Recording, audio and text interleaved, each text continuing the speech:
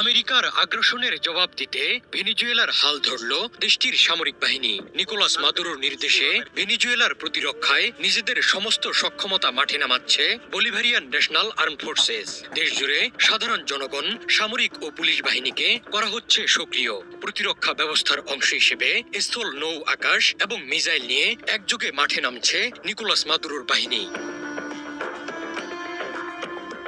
আমেরিকার হামলার পর সামনে এসেছেন ভেনেজুয়েলার প্রতিরক্ষা মন্ত্রী ভ্লাদিমির পাদ্রিনো লোপেজ। তিনি এক ভিডিও বার্তায় স্পষ্ট জানিয়ে দিয়েছেন, দেশটির সশস্ত্র বাহিনী কোনোভাবেই বিদেশি সেনাদের উপস্থিতি মেনে নেবে না, কঠোরভাবে তা প্রতিরোধ করা হবে। তিনি এই হামলাকে ভেনেজুয়েলার বিরুদ্ধে নিকৃষ্টতম আগ্রাসন হিসেবে বর্ণনা করেছেন।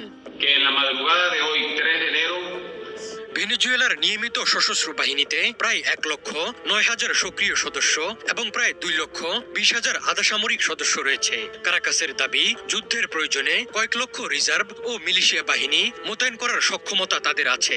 ভেনেজুয়েলার প্রধান যুদ্ধাস্ত্রগুলোর বেশিরভাগই রাশিয়া থেকে আসা, যার মধ্যে সুখোই সু-30 যুদ্ধবিমান, T-72 ট্যাঙ্ক এবং অত্যাধুনিক S-300 আকাশ প্রতিরক্ষা ব্যবস্থা উল্লেখযোগ্য। ভৌগোলিক প্রতিকূলতা ও জঙ্গলকে কাজে লাগিয়ে ভেনেজুয়েলা মূলত গেরিলা যুদ্ধ কৌশলে বিশ্বাসী। মার্কিন প্রেসিডেন্ট ডোনাল্ড ট্রাম্পের নির্দেশে শনিবার ভোরে ভেনেজুয়েলায় বড় পরিসরে হামলা চালায় মার্কিন বাহিনী। হামলা চালিয়ে দেশটির প্রেসিডেন্ট নিকোলাস মাদুরো ও তার স্ত্রীকে আটক করে নিয়ে যাওয়ার দাবি করেছেন ডোনাল্ড ট্রাম্প। অপরদিকে মাদুরোর বেঁচে থাকার প্রমাণ চেয়েছেন ভেনেজুয়েলার ভাইস প্রেসিডেন্ট ডেলসি রদ্রিগেজ।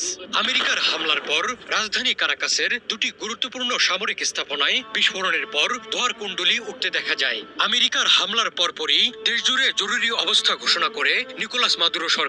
এই আক্রমণকে সাম্রাজ্যবাদী হামলা হিসেবে অভিহিত করে সারা দেশে সেনাবাহিনী, পুলিশ এবং বেসামরিক মিলিশিয়া বাহিনীকে একযোগে মোতায়েন করার নির্দেশ দিয়েছে ভেনেজুয়েলা সরকার। তারা এটিকে দেশের তেল ও খনিজ সম্পদ দখলের একটি মার্কিন চক্রান্ত হিসেবে দেখছে।